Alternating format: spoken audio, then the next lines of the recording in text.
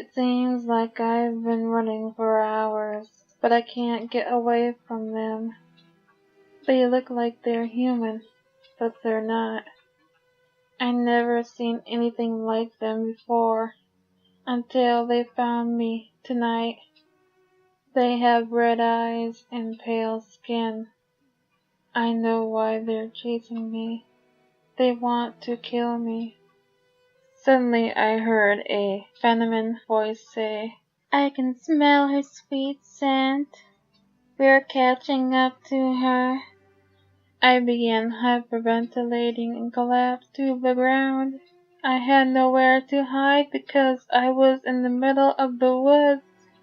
My feet won't carry me any further. They were so painful that I knew there would be blisters forming on the bottom of my feet.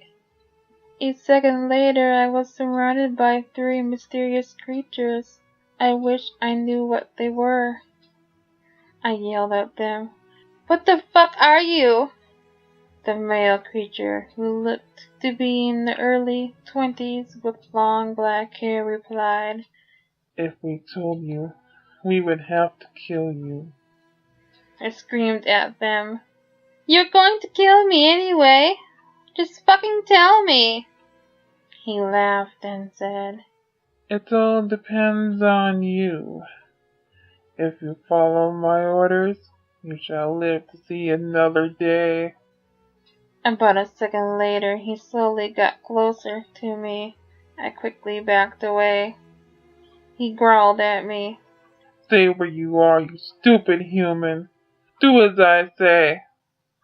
I began shivering as I thought about what he was going to do to me. He dropped to his knees and grabbed a hold of my arm. He brought it up to his mouth and bit down. I screamed in pain and pushed him away. I began running again. The female creature, with shoulder-length blonde hair and looked to be no older than 18, caught up to me. I lost my balance as she grabbed me. We fell to the ground. She grabbed me by my neck and purred out, "You stupid little bitch! You're going to pay for this! You ruined my dress!" I told her with a sneer, "It makes you look like a whore." Her grip tightened around my neck and she began strangling me. I could feel darkness coming as I sunk into unconsciousness. The man quickly approached and said, "Stop, Eliza. We need her alive." She replied, "I'm sorry, master. I just lost it when she called me a whore." Suddenly I felt myself being lifted up. I guess I was only subconscious. I was aware of what was happening. Whoever was carrying me felt so cold that it caused me to shiver. The other male asked, "What are you going to do with her, master?" I remembered him having red hair and looked to be almost 30. The man they called master replied, "Well, I plan on her being your bride. Is she pretty enough for you?" He instantly replied, "Oh yes, she is so breathtaking. I think she might be a handful." The other 2 laughed, but I was scared. When I woke up, the male with the red hair was sitting close to me. I quickly backed away from him. He said quickly, "You've been out for a couple of days, sweetheart." I growled at him, "I'm not your sweetheart. Stay the hell away from me." He told me, "You're one of us now. You must follow Master's orders. If you don't, he will hurt you." The other man suddenly came into the room. He said, She's awake. Did you tell her what she is yet, Jacob?" I looked back at the man with red hair, a little startled, and asked, "What does he mean by that?" Jacob took a deep breath and said, "Well, he had to make the change happen so we could be together forever. You're the same creature as us.